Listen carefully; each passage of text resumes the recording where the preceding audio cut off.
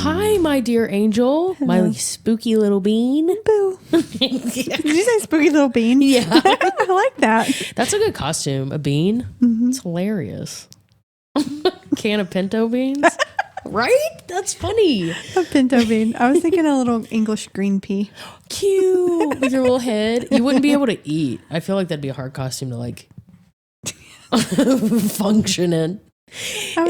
Never. Let's What? keep going. I was thinking of an Instagram post where you were like a hot dog or something. Like it was just your face, and it Was I a vagina? No. It was like a graphic thing. How you can make your face just on a graphic thing. I can't remember what. Yeah, like a filter. Yes. Yeah, I can't remember.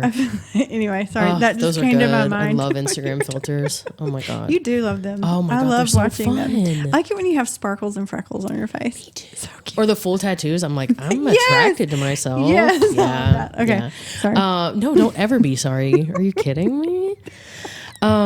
This episode We were talking about fear. Yeah. We were trying to be spooky. Oh yeah.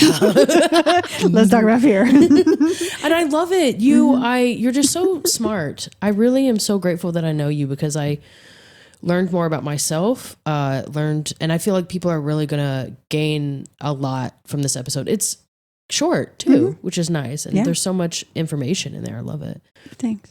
I'm glad. Well, we got into the other part where we went behind the paywall, where we got into some good stuff, I think. Oh my gosh. Yeah. So this episode that is for everybody is so good. In addition, the other half that we get into that are for the subscribers, just only $5 a month. Link is in the bio.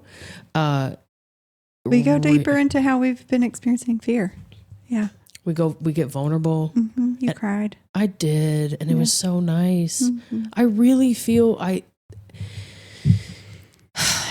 just love these conversations. They help me so much. I just feel so blessed to know you and to be in this room and to be healing and growing. And I'm just so excited and happy that we get to share that with other people. Because I feel like these conversations go on with friends. Yes. But we talk like this all the time. Yes. Honestly, we do. Yeah. Yeah, we do. And I'm so grateful. And now to share it with others, like it's going to just to build that community is really cool. Yeah. I like it when when you hear and listen, you're like, yeah, me too. Somebody else gets it. Yeah. Exactly. Those moments they may seem insignificant, but they're huge for people. I know they are for me. Yeah. Yeah. Same. So yeah, that part of the episode, the subscriber one, comes out next Thursday. So if you're not already a subscriber, go ahead and click the link. And you'll get a weekly episode at that point. So exciting. Yeah. I love you so much. And thank you you for being you. Same to you. Love you. Love you too. This is Halloween. Oh my God. Okay. Happy Halloween. Are you afraid? Are you afraid, little girl? Some people are. Some people are afraid of therapy. That took a hard turn. Sorry. Well, I was just thinking because we were talking earlier about how this podcast has helped people, like they've reached out and been like, I'm not afraid to go to therapy anymore. Yeah. There you go. Some people are afraid to talk about shit. Yeah. A lot of people are. Do you get that? It's pretty normal, I think. Yeah. If you didn't grow up learning how to, like when that was just such a thing you avoided. Yeah. Do you get people in your practice? Well, see, you say a lot that you're at a point in your career where if people aren't ready to like jump into things, you don't see them. It just doesn't work out. Like, yeah, I'm just not a primary therapist, so I don't do like long-term stuff. And it's more of once you've kind of gotten an understanding of your story and how it's affecting you, and you're ready to go deeper into the stuff that's buried down in there. That's where I like to come in. Okay. So, yeah. How did you deal with people being afraid to go deeper when you first started therapy? Oh, that's a good question. I'm going to like challenge things head on. I'm going to earn the right to do it with the client. But if it feels like there's a stall, I'm just going to get curious and challenge that a little bit and say, what are you scared of? Let's name it. a lot of times when we can name the fear, it loses a lot of power it has. Mm-hmm. But then when it makes sense for trauma that's something really scary for people to look at and work with, because that's how they've defined themselves in their life. Yeah. Like in the context of this thing, and to let go of it, they're like, now what? Like, what do I do, or who am I if I'm not this person with this that's dealt with this? And so it can just be really scary. And then I think it's pretty normal to be like, if we're intentionally going to look at hard things, and it's like it's your biggest fear, you know? I've heard somebody ask a question before, like, everybody has like this one thing you wish you could get over, or that had never happened, or you know, like normally something comes to mind for you. Maybe you've got more than one of those things, but a lot of times people have like the one thing we've been like avoiding or pushing down and minimizing. I think it's scary to look at it. Yeah. Some people are just like, my life is fine not looking at it. Yeah, we think so. And you get sick. You get sick. A lot of time. I mean, your body can get sick, or you get burnt out, or you're chronically stressed or anxious. Yeah, you get sick in different ways. But yeah, and people don't think about something in their past affecting that. They're like, why am I so stressed, or why do I have this? My body's acting up, or whatever. And it's like, yeah, a lot of autoimmune disease pops up. It's kind of like your body, your nervous system. That stuff's held in the nervous system. So a lot of those of like, your body can get sick. And mine has. Yeah. So yeah, it gets stressed, and they said the body deals with what the mind won't. Oh, I see that a lot. Yeah. You and excuse me, you and Ashley Hampton, who is a previous guest, you guys, we talked a little bit about how, like, sometimes Ashley would see people and be like, "Oh, you're not ready to come to therapy."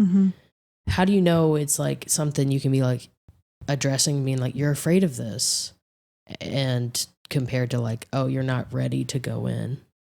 Well, that could be what it is that says you're not ready. But it shows up as resistance, you know? A lot of times you talk in circles around the thing without actually saying it. And I'm just going to say, let's look at this. Let's talk about it. And sometimes there's, resistance shows up in different ways. And if that just keeps happening, it may say, are we ready for this? A lot of times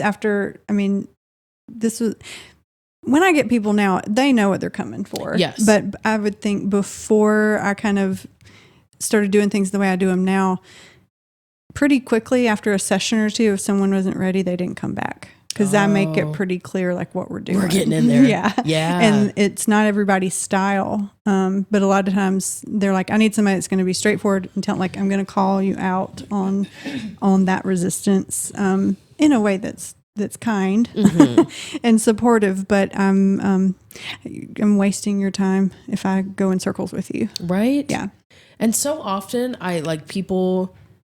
it's weird to me how many people just do talk therapy. And some people will come on here and they'll be like, oh, wow, Melanie, you're like reading me. Like, me and my therapist don't do this, you know? And I feel like that, not that talk therapy is bad, but I feel like that just like you're avoiding all of this stuff that's sitting there. It's wild. Yeah. Well, and there's talk therapy is needed. It's to learn about yourself. It helps you make sense of things and understand and bring awareness, but then it's what do you do with that awareness? And a lot of times, we may change some behaviors, but when you're looking at like trauma, this stuff it's deeper in there, and it's understanding what it's doing and letting it kind of release out of your body. Yeah.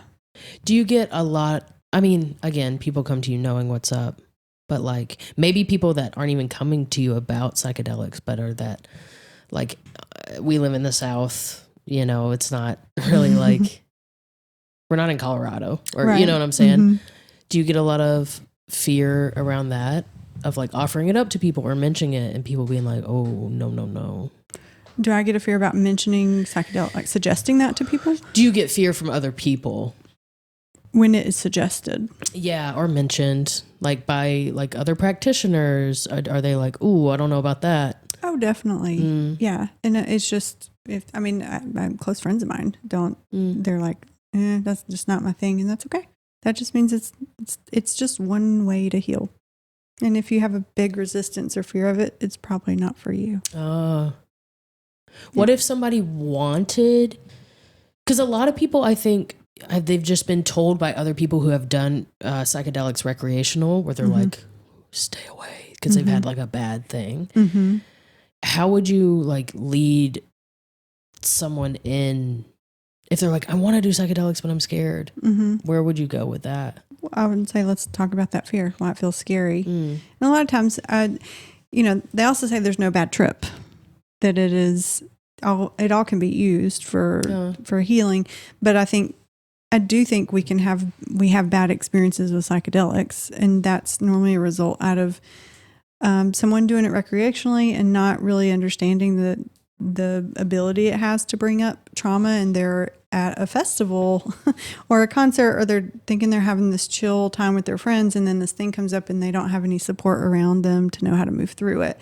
And that can feel really destabilizing. And psychedelics, we're kind of trying to destabilize the system, because the system is not working if we're having a lot of, stuff going on. So we're looking at how well can we put that back together, and that's why integration is so important. After what do you that, mean by the system? Nervous system, your body, your brain, everything.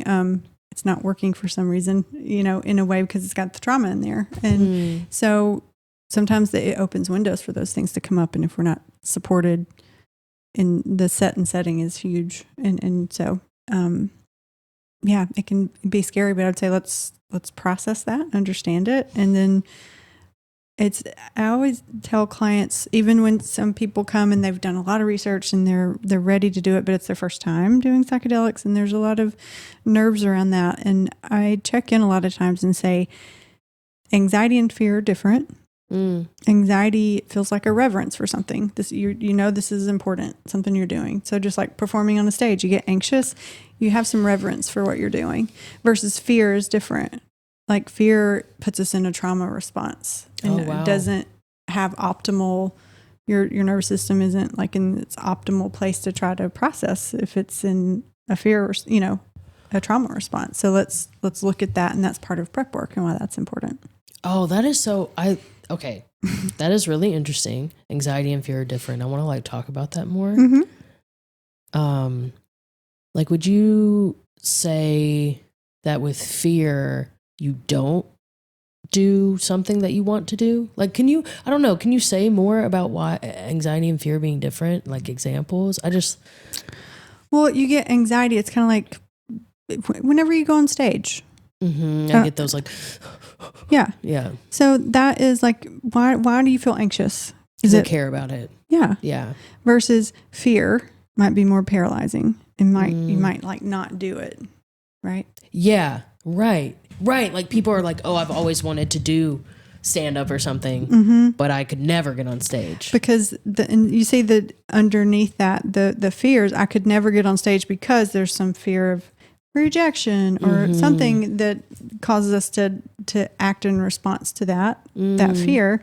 And anxiety can do the same thing, right? Can get to that point. But I feel like when that's the best example of you're like, this is important and I want to do well. You're not going to get harmed by it.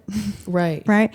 But sometimes fear can be really based in some people might try to do stand up and think, I'll literally die if I walk out there and bomb. Yeah. And so that's fear versus anxiety. Yeah. Is that help? That does. Okay. That's interesting.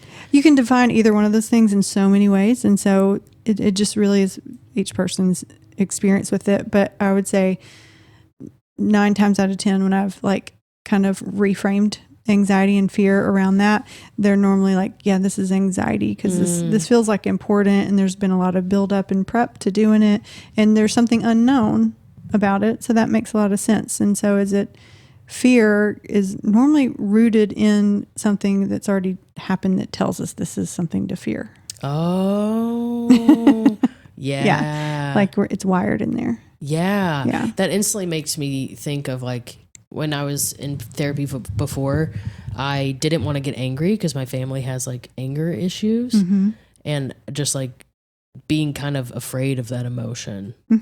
Does that make sense? Yeah, because you've seen what happens. And it sounds something scary happens, something bad happens. Yeah. Do you have fear in your life? Yeah.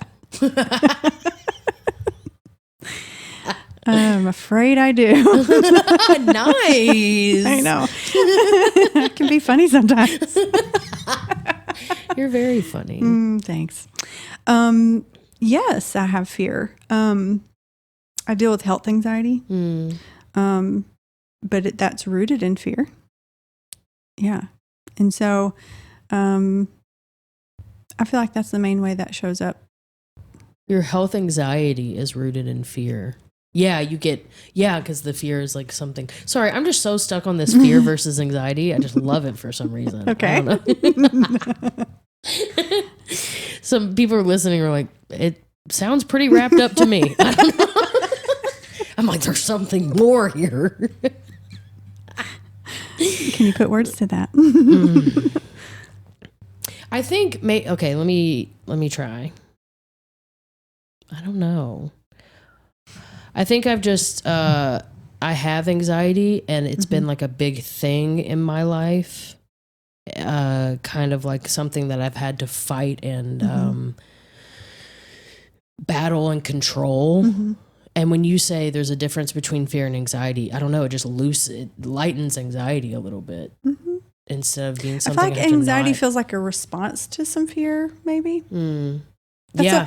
There's no black and white. It's not either you're anxious or you're fearful, you know? Yeah. There's anxiety that comes around as a response to fear, for sure. But they have a different feel to them, I think. Yeah, definitely. I mean, people may agree or disagree. Doesn't mean it's wrong. Okay. Just my understanding of it is just a way to frame it. Is to would you say fear feels heavier than anxiety? Yeah, it feels deeper. How?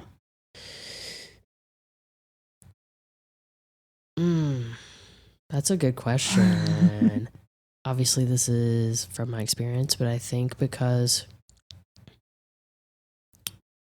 through like self-discovery and therapy and stuff, I've realized fears that I didn't know I had, and they kind of like go like anxiety. I know what that feels like.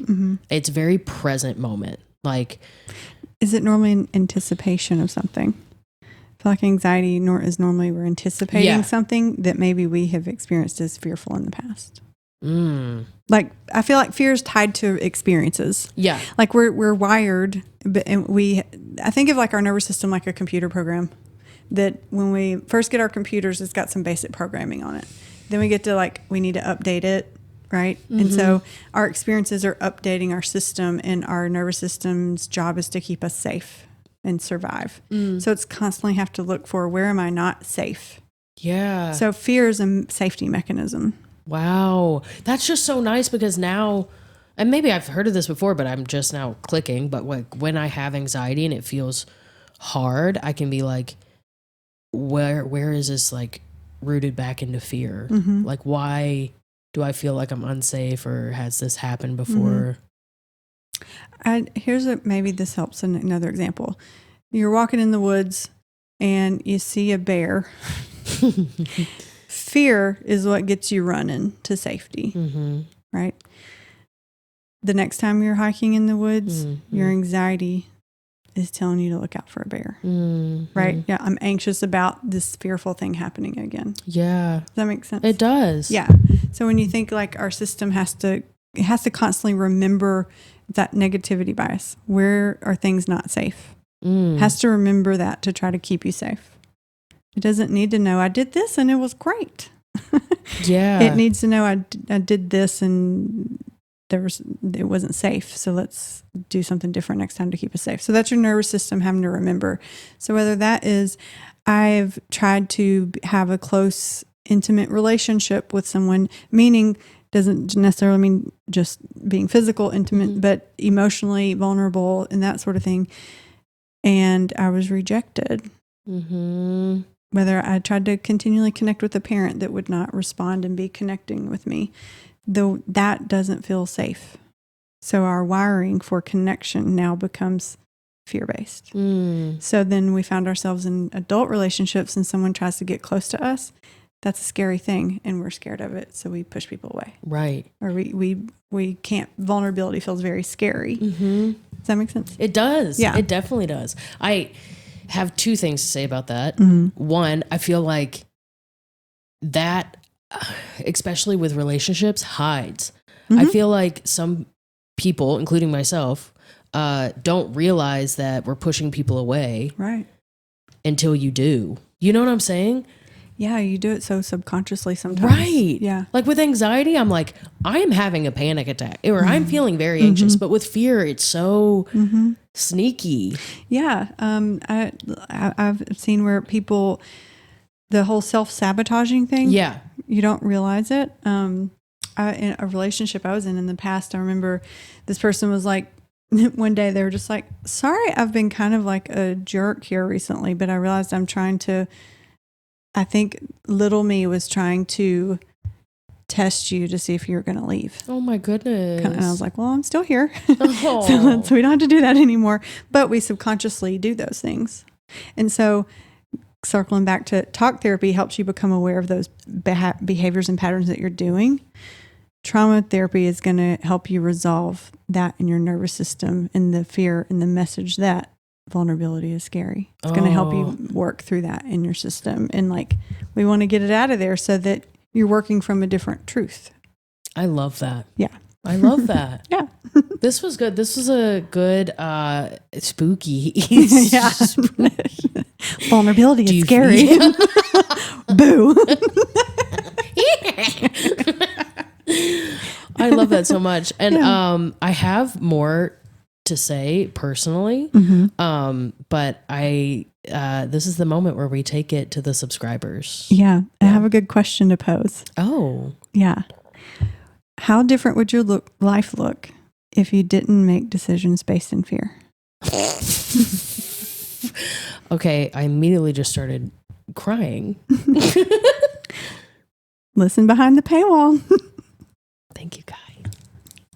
Thanks for listening to I'm Fine, It's Fine podcast. I am trauma therapist Melanie Reese, and you can find me across all platforms at Trauma Therapy Nashville. My name is Amber Autry. I am a comedian here in Nashville and internationally touring. You can find me on all platforms at Amber Autry Comedy.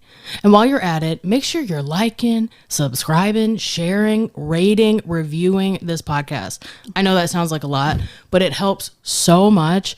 And we're having a good time. We're healing. It feels good. So just a little extra sauce, sharing it with a friend, rate and review it. It really helps, and we appreciate it. Yeah. And if you have a topic or conversation that you want to hear us talk about, or a story you'd like to share on your own, shoot us an email at imfinesometimes@gmail.com. Thanks so much for listening.